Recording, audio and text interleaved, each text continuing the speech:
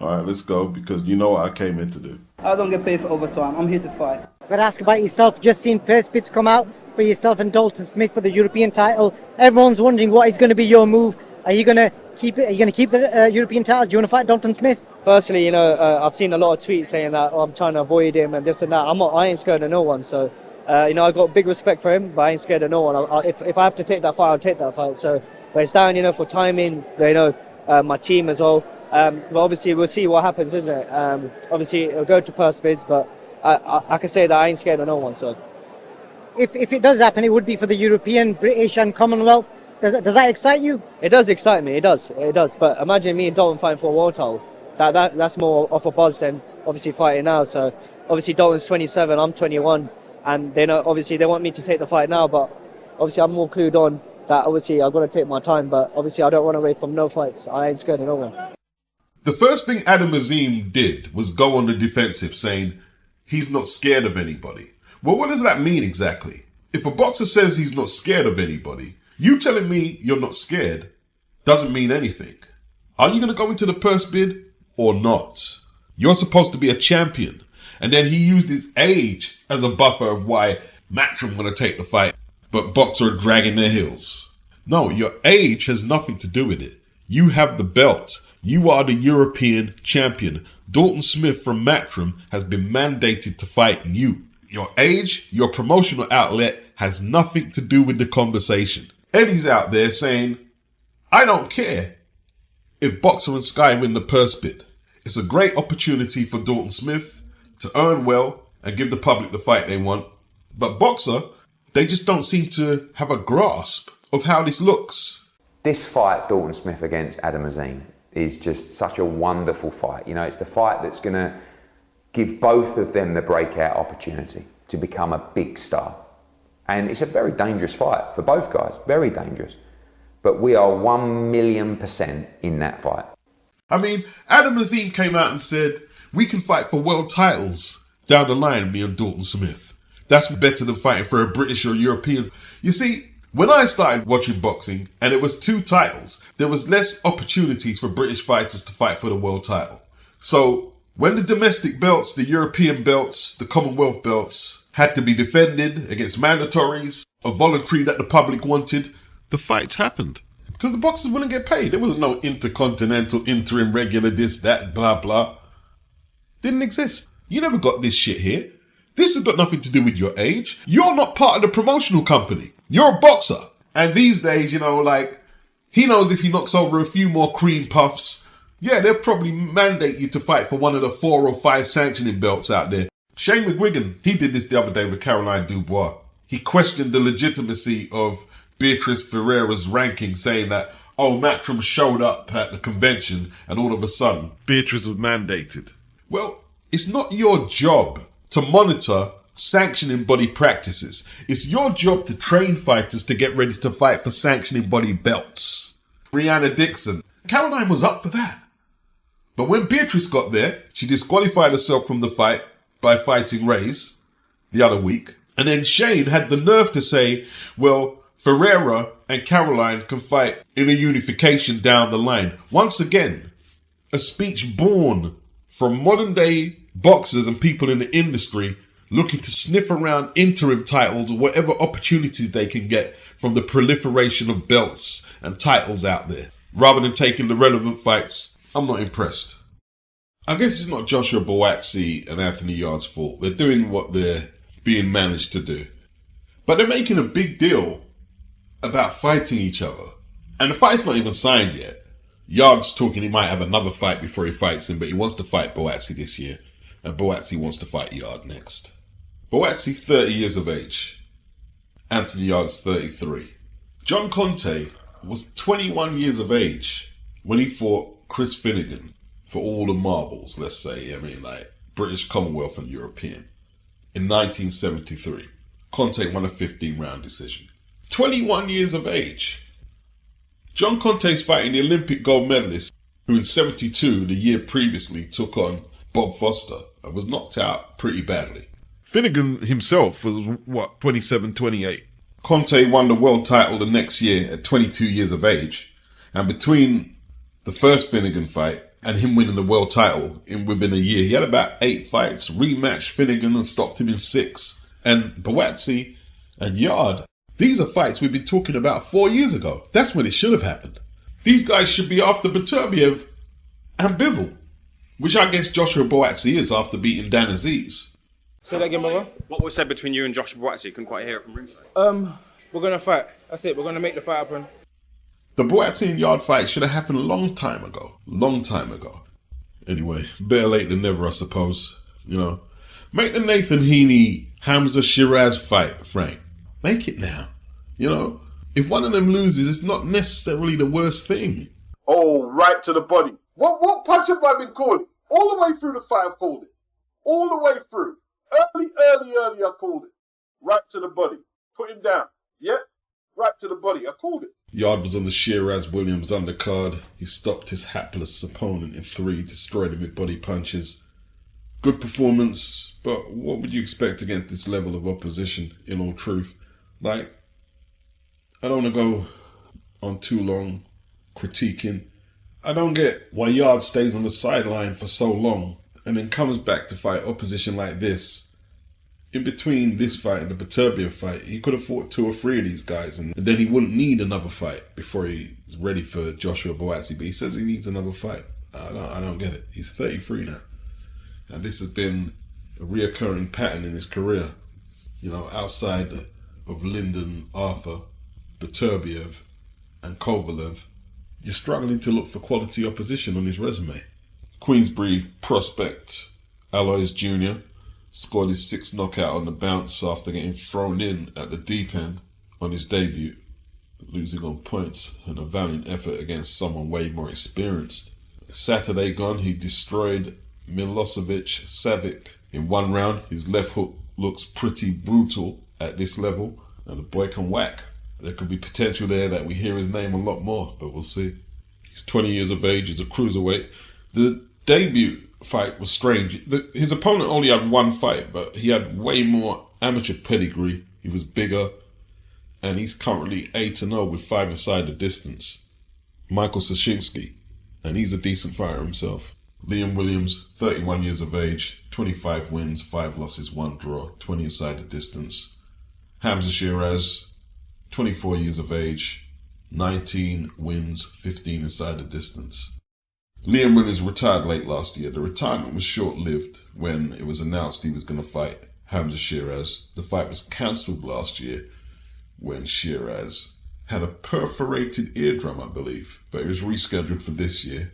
And Liam was telling us that training camp went well and he's back to his old self. He's up for the fight. It proved to be an unwise decision, and he took the pasting in there for a couple of minutes before Gary Lockett, his trainer, mercifully waved the towel in surrender.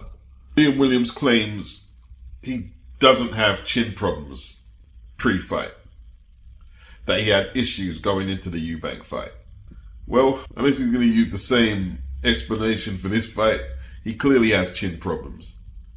He's getting hit by single shots and he's ending up on the canvas looking like he just got electrocuted, staggering all around the ring from jabs from Hamzah SHEERAZ. The first knockdown was a short left hook, very quick, compact hook. Hamzah's body obscures the view of the punch. The right hand uppercut, though, that put him down next was like, oh no.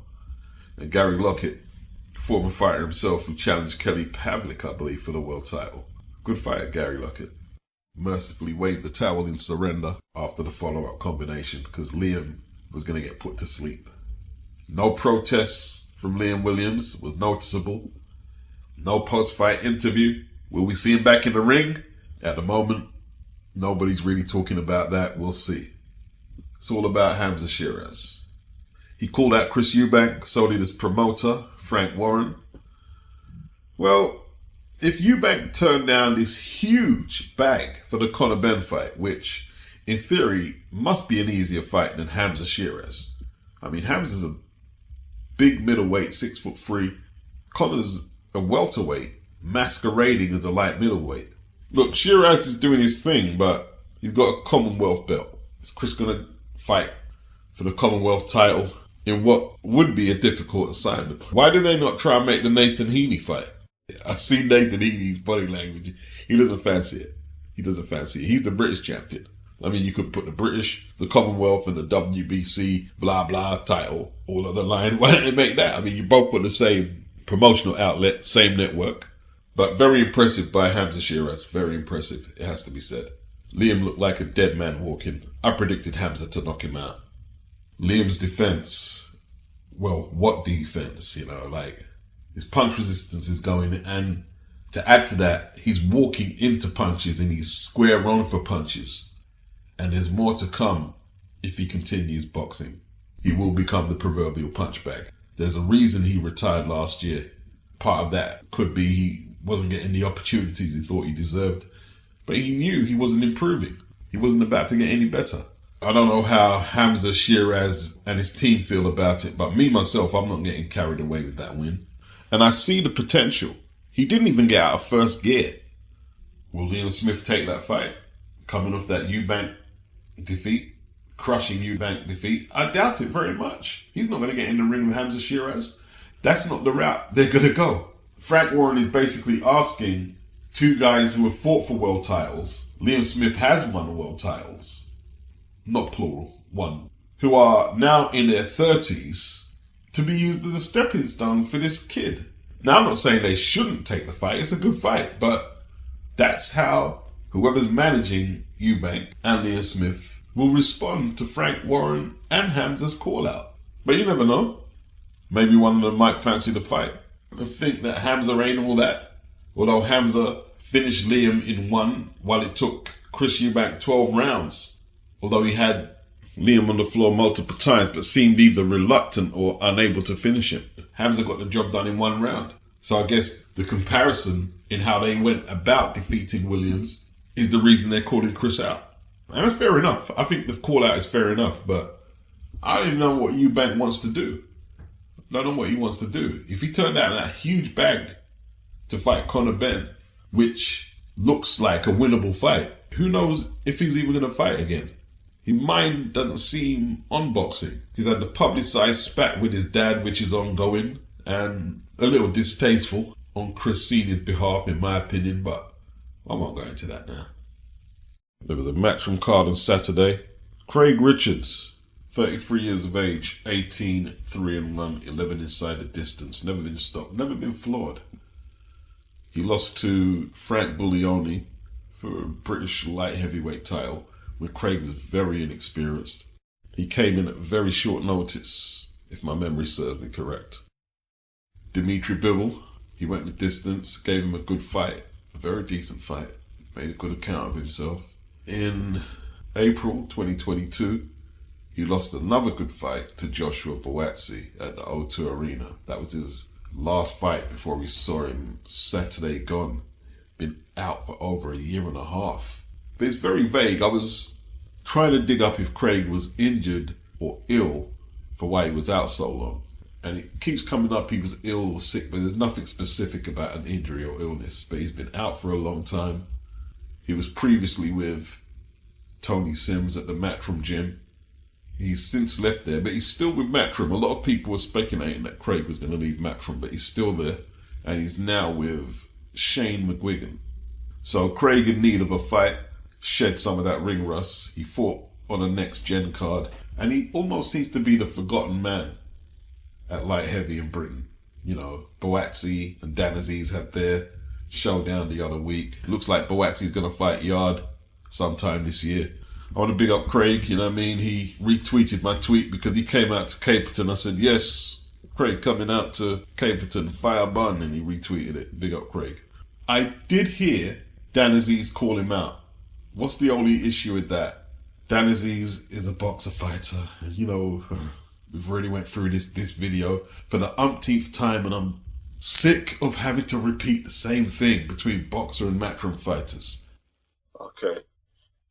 Craig needs to dominate these last 3. You know what I mean? Get his confidence back. He's jamming to the body there. Boris is looking to take him out with 1 shot. That's good jabbing by Craig. Craig's in front. I think Craig's in front, man. Good body work by Craig. Yeah, that's it. That will wilt him. That's good work, Craig. That's good. That's good stuff. Or is he going to get him out of there? One thing, though, like, you see Craig, he's a big light heavy, you know, and he takes a very good shot. He recovers well from shots, and he's always there at the finish, man. Oh, you see Craig, he's decked him. Craig decked him, bro. Craig decked him with that left hook. Craig was square on for that right hand, but Craig gave him a beating there now. Left hook dropped him.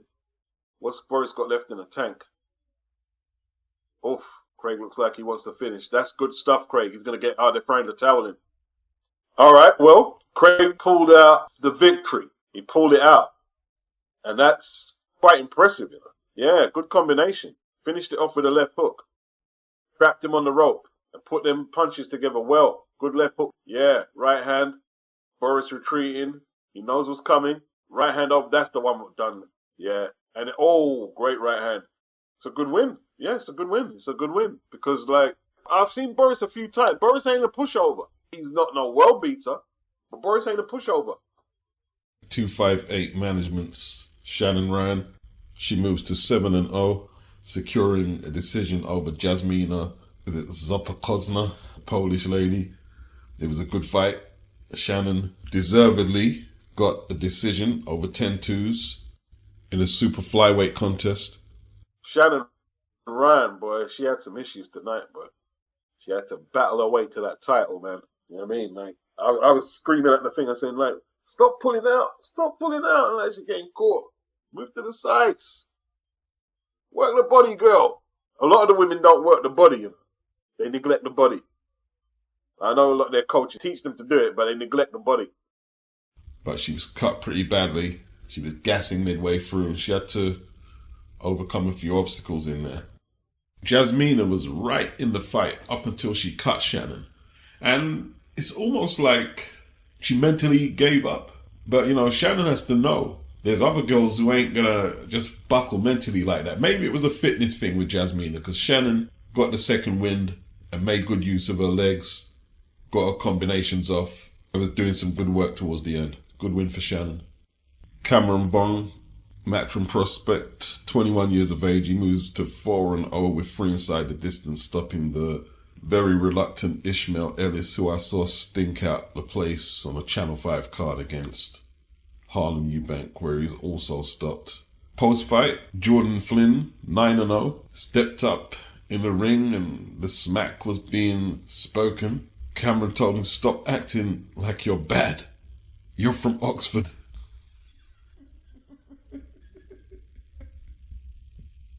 Oh dear. But yo, you know what I mean? Like, in April, they are going to be fighting. Battle of the Unbeatens. So I expect Cameron to come through that.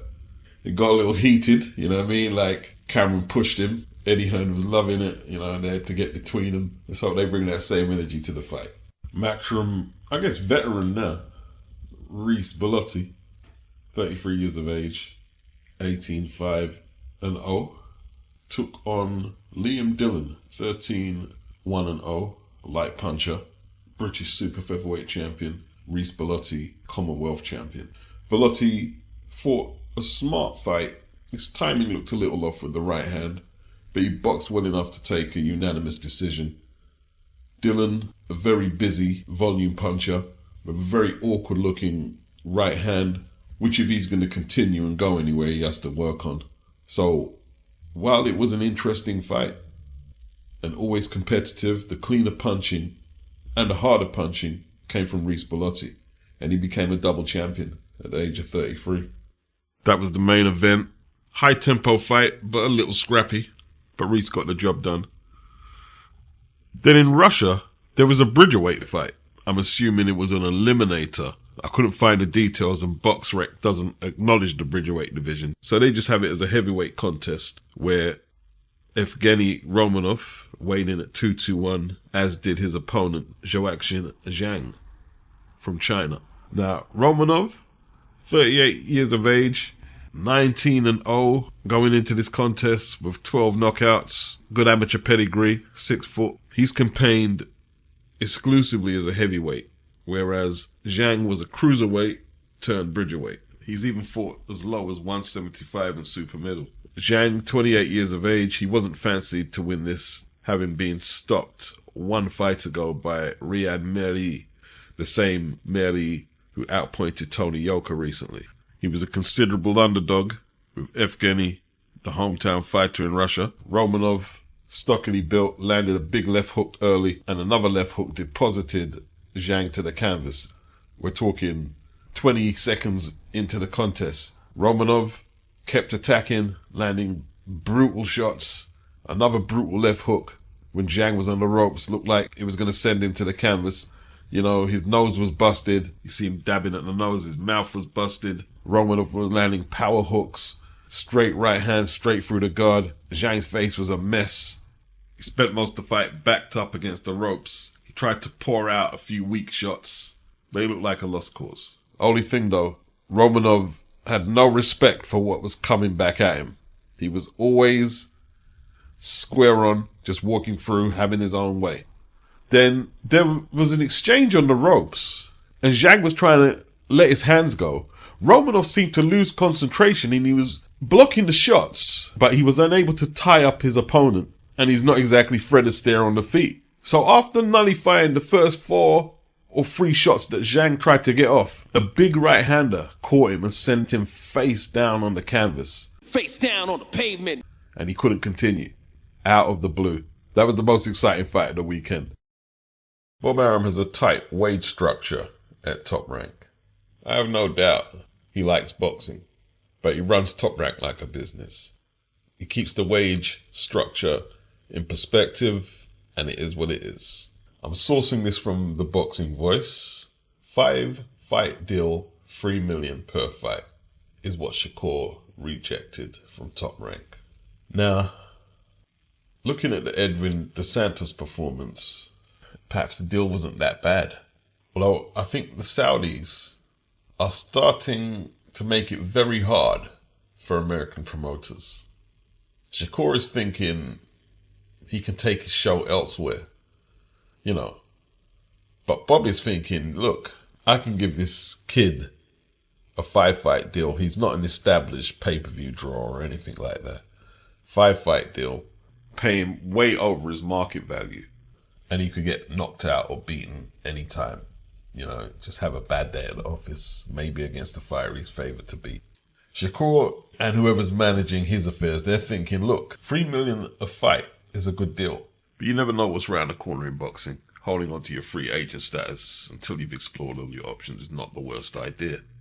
Now, a lot of people are speculating that his Top Rank days are over. Now, that's not confirmed, but if this is the case, this is something I predicted years ago.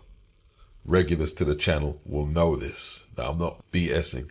I predicted that his relationship with Bob Arum will go south. You know, he was unhappy that he couldn't get the Lomachenko fight. And he wasn't too happy that Navarrete is moving up and fighting for one of them vacant 135-pound title. That's what's being said. If it is over, where does he go? There only seems one natural place that he can go to, and it's not the PBC. He could have turned pro with Floyd already. Floyd was putting his pitch to sign him. I do believe Eddie has shown interest in Shakur Stevenson, and that could be the route that he goes. Regardless of where Shakur goes, he's got to get his bars up, you know what I mean? You got to get your bars up, you know what I mean? The last bars you dropped weren't impressive. Now, Canelo, what's happening? Now, this is a story that people didn't take too seriously. From 2023, late 2023, there was all these little clips and stories saying that Canelo is angling towards a Jaime Munguia fight. Well, what's happened to David Benavidez and Terence Crawford? Well, they paid Canelo $35 million for the Jamal Charlo fight. You know, like Jamel, he didn't show up, did he? You know what I mean? He didn't show up. I don't think they want to pay Canelo these huge purses.